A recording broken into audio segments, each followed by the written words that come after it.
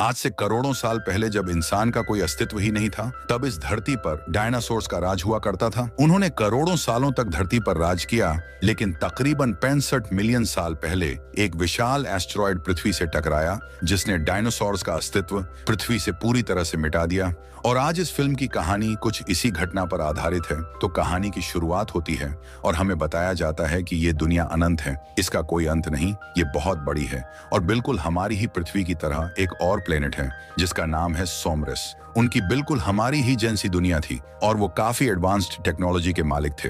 वो वहां पर आराम से रह रहे थे। हालांकि ये वक्त 65 मिलियन साल पहले का था, लेकिन सोमरस के लोग इतने एडवांस्ड थे कि वो तब भी किसी दूसरे प्लेनेट पे जा सकते थे। इसके बाद हम इस मूवी के मेन कैरेक्टर माइल्स को देखते हैं, जो कि यहाँ पर अपनी बेटी और अपनी वाइफ के साथ रहा करता था। माइल्स अपनी बेटी और अपनी वाइफ के साथ समुद्र के किनारे बीच पर आया हुआ था और उसकी बेटी को एक जानलेवा बीमारी थी और उसका इलाज कराने के लिए माइल्स के पास उतने पैसे नहीं थे। इसीलिए वो एक स्पेस मिशन पर जाने का फैसला करता है। क्योंकि वो एक पायलट था, वो अपने साथ अपने कुछ साइंटिस्ट साथियों को लेकर एक दूसरे प्लेनेट की खोज में जाने वाला था।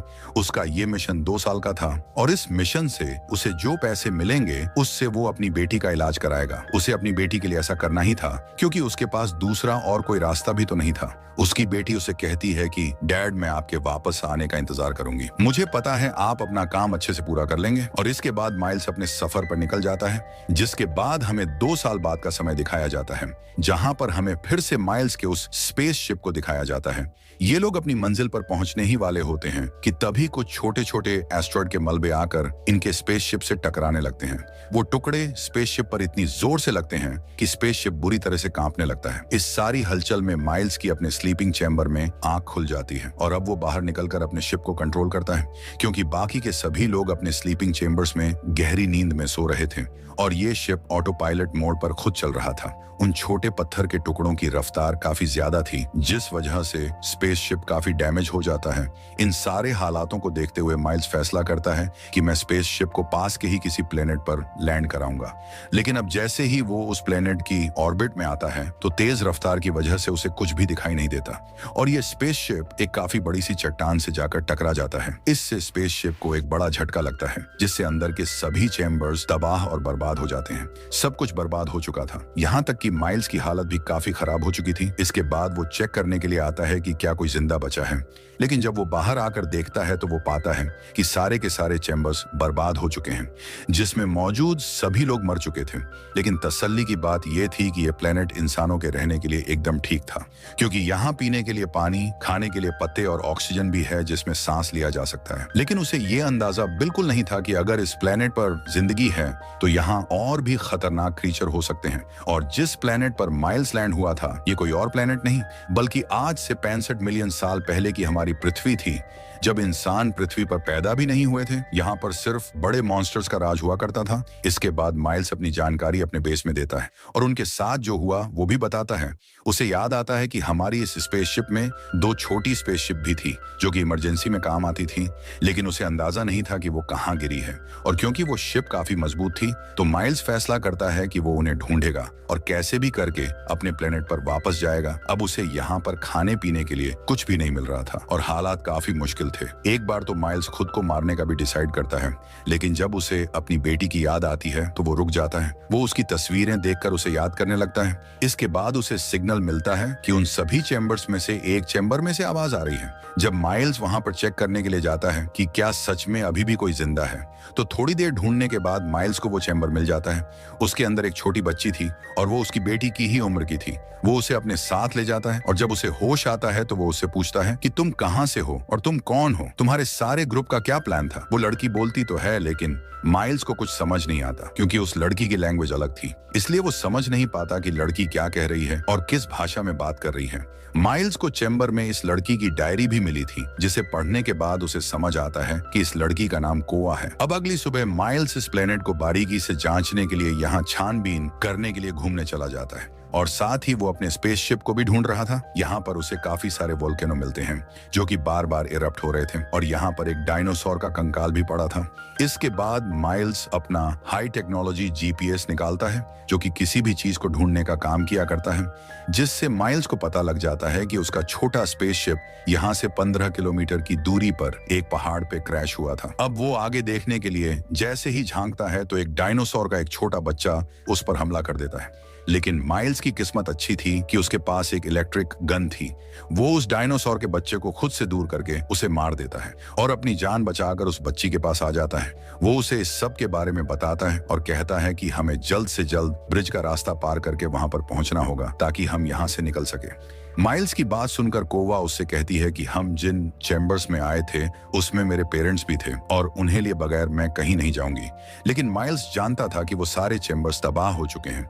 वो उस बच्चे को ये बात ना बताते हुए उसे समझाता है, लेकिन कोवा उसकी कोई भी बात सुनने को तैयार ही नहीं थी। इसीलिए माइल्स उससे झूठ बोल देता है कि तुम्हारे पेरेंट्स भी उसी पहाड़ पर हैं, तो जल्द से जल्द मेरे साथ चलो, हमें वहां पर पहुंचना होगा। ये सुनकर कोवा मान जाती है और वो अपनी पूरी तैयारी के साथ अपनी मंजिल के लिए निकल पड़ते हैं। लेकिन जितना आसान ये रास्ता लग रहा था उतना ही खतरनाक और मुश्किलों से घिरा हुआ था, क्योंकि इस समय में ना सिर्फ चलने वाले बल्कि उड़ने वाले डायनासोर्स भी हुआ करते थे और ना जाने किस किस तरह की मखलूक थी जो कि उन पर कभी भी हमला कर सकती थी। अब वो दोनों किसी तरह से छिपते छिपाते एक बड़े से मैदान से होते हुए एक जंगल में आ जाते हैं और यहाँ पर कुछ बहुत ही भयानक डायनासोर होते हैं जो कि उन्हें देख लेते हैं।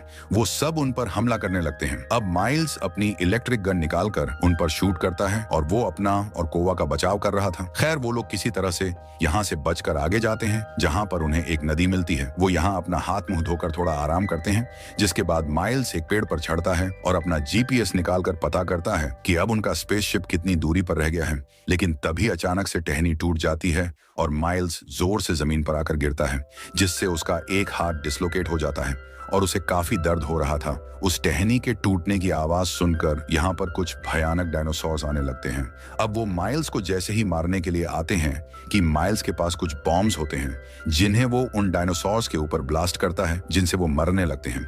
यहाँ पर माइल्स इस तरह से अपना बचाव कर रहा था और कोवा एक दूसरी जगह पर जाकर एक पेड़ की टहनी के पीछे छिप जाती है। लेकिन तभी कोवा को एहसास होता है कि वो गलत जगह पर आ गई है, क्योंकि ये जगह तो उड़ने वाले क्रीचर्स का ठिकाना था। तो अब इसीलिए केओए उन्हें देखकर यहाँ से दूसरी जगह पर जाने लगती है। लेकिन इससे आवाज पैदा हो जाती है और एक उड़ने वाला डायनासोर उसे देख लेता है जो कि धीरे धीरे उसकी तरफ बढ़ने लगता है। वो काफी डर गई थी क्योंकि अब बचने का कोई रास्ता नहीं था और डायनासोर काफी करीब आ गया था। वो एकदम से हमला करके उसके कपड़े पकड़ लेता है और कोवा को खींचकर अपने साथ ले जाने लगता है। लेकिन माइल्स ऐसा होते हुए देख लेता है। वो डायनासोर का पीछा करता है और उसे शूट करके कोवा की जान बचा लेता है। वो इस सब से काफी डर गई थी, इसीलिए माइल्स उसे अपनी पीठ पर उठाकर उस पहाड़ की तरफ जाने लगता है, क्योंकि उसे केओए में कहीं ना कहीं अपनी बेटी नजर आ रही थी, जिसे कि 2 साल पहले वो अपने प्लेनेट पर छोड़कर आया था। अब क्योंकि इन्हें चलते चलते रात हो जाती है और रात में चलना खतरे से खाली नहीं था, इसीलिए ये लोग एक केव में जाकर रात गुजारने का फैसला करते हैं। यहाँ पर माइल्स दोबारा से अपना जीपीएस चेक करता है कि अब उनका स्पेसशिप कितनी दूर रह गया है। लेकिन यहाँ पर जो चीज माइल्स को पता लगती है उसे जानकर उसके होश उड़ जाते हैं, क्योंकि स्पेस में जो एस्ट्रॉयड के टुकड़े माइल्स के स्पेसशिप से आकर टकराए थे वो अब पृथ्वी पर गिरने वाले थे, जिससे होगा ये कि सारे डायनासोर्स और पृथ्वी पर जो भी चीज है वो सब कुछ तबाह हो जाएंगे। वो सारी चीजें राख में बदल जाएंगी। वो ये सारी चीजें समझ गया था और वो कोवा को भी इस बारे में बताता है। अब सुबह होते ही वे लोग जैसे ही यहाँ से निकलने वाले थे कि एक बड़ा सा डायनासोर आकर उन पर हमला कर देता है, जिससे बचने के लिए वो लोग उस केव के और अंदर आ जाते हैं। यहाँ पर आकर उन्हें एक सुरंग मिलती है जिसका साइज काफी छोटा था और अब इसीलिए माइल्स यहाँ पर बम से धमाका करता है, जिससे छेद सिर्फ इतना बड़ा होता है कि यहाँ से कोवा गुजर सकती थी। लेकिन माइल्स नहीं, कोवा निकल जाती है लेकिन माइल्स अंदर ही रह जाता है, जिससे यहाँ पर एक और डायनासोर माइल्स पर हमला कर देता है। लेकिन माइल्स के पास जो इलेक्ट्रिक गन थी वो उससे उस डायनासोर पर शूट करके खुद को बचा लेता है और जैसे तैसे वो सुरंग से बाहर आता है। लेकिन बाहर आकर उसे कोवा कहीं भी दिखाई नहीं देती। वो आसमान से बहुत सारे चट्टानों के टुकड़े धरती की तरफ आते हुए देख रहा था, जिसका मतलब ये था कि इन लोगों को जल्द ही इस प्लेनेट को छोड़ना होगा, वरना वो लोग मारे जाएंगे। और इसीलिए वो जल्दी से उस तरफ भागने लगता है जहां वो स्पेसशिप थी, लेकिन वो गलती से एक दलदल में गिर जाता है। वो निकलने की बहुत कोशिश करता है, लेकिन वो दलदल उसे निगलता जा रहा था, यहाँ तक कि वो कोवा को भी आवाज लगाता है, लेकिन अब बचने की कोई भी उम्मीद नजर नहीं आ रही थी। अब इससे पहले वो पूरी तरह से डूब जाता कोवा यहाँ पर आ जाती है और उसकी मदद करने लगती है। वो पेड़ की एक टहनी माइल्स की तरफ झुका देती है, जिसे पकड़कर वो जैसे तैसे बाहर आ जाता है। बाहर आते ही वो कोवा को जोर से गले लगा लेता है, क्योंकि आज वो मरने ही वाला था, लेकिन कोवा ने उसे बचा लिया। फिर वो उसे बताता है कि प्लेनेट जल्द ही खत्म होने वाला है, हमें यहाँ से जल्द निकलना होगा। वो दोनों पूरा दिन और पूरी रात सफर करते हैं और अगली रात होने से पहले वो उस स्पेसशिप तक पहुंच जाते हैं। और अच्छी बात यह थी कि इस स्पेसशिप में कोई डैमेज नहीं हुआ था, वो इससे निकल सकते थे। अब वक्त को बर्बाद ना करते हुए माइल्स जैसे ही स्पेसशिप को स्टार्ट करता है कि कोवा बाहर आ जाती है और अपने पेरेंट्स को ढूंढने लगती है, क्योंकि माइल्स ने ही कहा था कि तुम्हारे माँ बाप पहाड़ की चोटी पर मिलेंगे।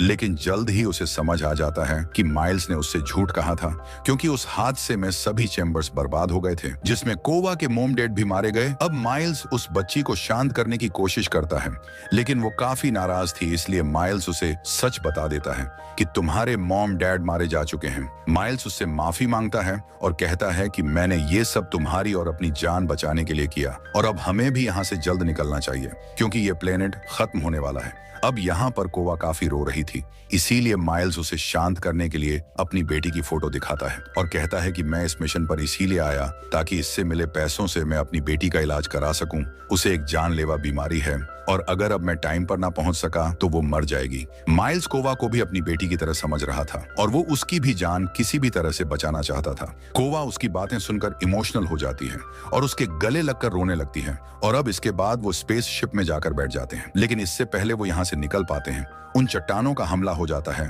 और साथ ही उन्हें दो बड़े बड़े डायनासोर्स ने भी देख लिया था, जो यहाँ आकर उस स्पेसशिप पर हमला करके उन्हें रोकने की कोशिश करते हैं।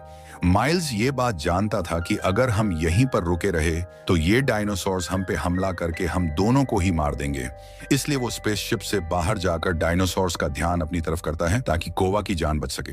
अब एक डायनासोर जैसे ही माइल्स के पास आता है तो माइल्स उस पर अपनी इलेक्ट्रिक गन से शूट करके उसे मार देता है, लेकिन अभी एक और डायनासोर जिंदा था जो कि तेजी से माइल्स की तरफ बढ़ने लगता है। माइल्स को लगने लगता है कि शायद ये डायनासोर उसे मार देगा, क्योंकि उसकी गन की बैटरी लो हो चुकी थी, वो दोबारा से लोड नहीं हो रही थी। डायनासोर उसके काफी करीब आ गया था, लेकिन इसी बीच स्पेसशिप में बैठी कोवा अपना दिमाग चला देती है और एक वीडियो प्ले कर देती है। जैसे ही डायनासोर का ध्यान भटकता है, माइल्स को वहां से भागने का मौका मिल जाता है, लेकिन जब डायनासोर को उस वीडियो प्रोजेक्टर से कुछ नहीं मिलता तो वो फिर से माइल्स के पीछे पड़ जाता है। और अब ये प्लेनेट भी तबाह होने वाला था, क्योंकि यहाँ की सारी वोल्केनो इरप्ट होने लगी थी और एस्ट्रॉइड के टुकड़े नीचे गिर रहे थे। डायनासोर माइल्स का पीछा कर रहा था और माइल्स को समझ नहीं आ रहा था कि इस डायनासोर से कैसे छुटकारा पाया जाए। तभी उसे एक आइडिया आता है, वो जमीन से निकलने वाले उन वोल्केनो की तरफ भागना शुरू कर देता है, और अब जैसे ही वो वोल्केनो फटता है, डायनासोर उसकी चपेट में आ जाता है। लेकिन उसकी स्किन इतनी मोटी थी कि उस पर कोई ज्यादा फर्क नहीं पड़ता, लेकिन वो इससे थोड़ा जख्मी हो जाता है। अब डायनासोर को और गुस्सा आ गया था और वो माइल्स को मारने के लिए उसकी तरफ बढ़ता है। अब माइल्स भी अपनी मौत को गले लगाने वाला था, क्योंकि उसके पास भी पीछे हटने के लिए कोई जगह नहीं थी। वो उसे मारने ही वाला था कि तभी यहाँ पर एक बार और कोवा आ जाती है। वो एक लकड़ी को उस डायनासोर की आंख में घुसा देती है, और अब क्योंकि उसे कुछ दिखाई नहीं दे रहा था, इसलिए वो एक बड़े वोल्केनो के पास आ जाता है। और अब वो जैसे ही फटता है, उसके अंदर मौजूद तेजाब और लावा डायनासोर को अपनी लपेट में ले लेता है और उसे गला देता है। इस तरह से वो मारा जाता है। अब माइल्स की जान बच गई थी। इसके बाद ये दोनों जल्दी से स्पेसशिप में जाकर बैठ जाते हैं। माइल्स जल्दी से अपने प्लेनेट की लोकेशन डालकर यहाँ से निकल जाता है, जहाँ इस बीच कुछ छोटे पत्थर के टुकड़े इनके स्पेसशिप से आकर भी टकराते हैं, लेकिन ये सही सलामत यहाँ से निकल जाते हैं। वहीं एक बड़ा सा एस्टेरॉयड पृथ्वी पर आकर गिरता है और पृथ्वी पर मौजूद हर एक चीज को तबाह कर देता है, और इस तरह से डायनासोर्स का पृथ्वी से अंत हो जाता है और ये फिल्म भी यहीं पर खत्म हो जाती है। तो मुझे कमेंट करके जरूर बताना कि ये फिल्म आपको कैसी लगी। मैं मिलूंगा आपसे अगले वीडियो में।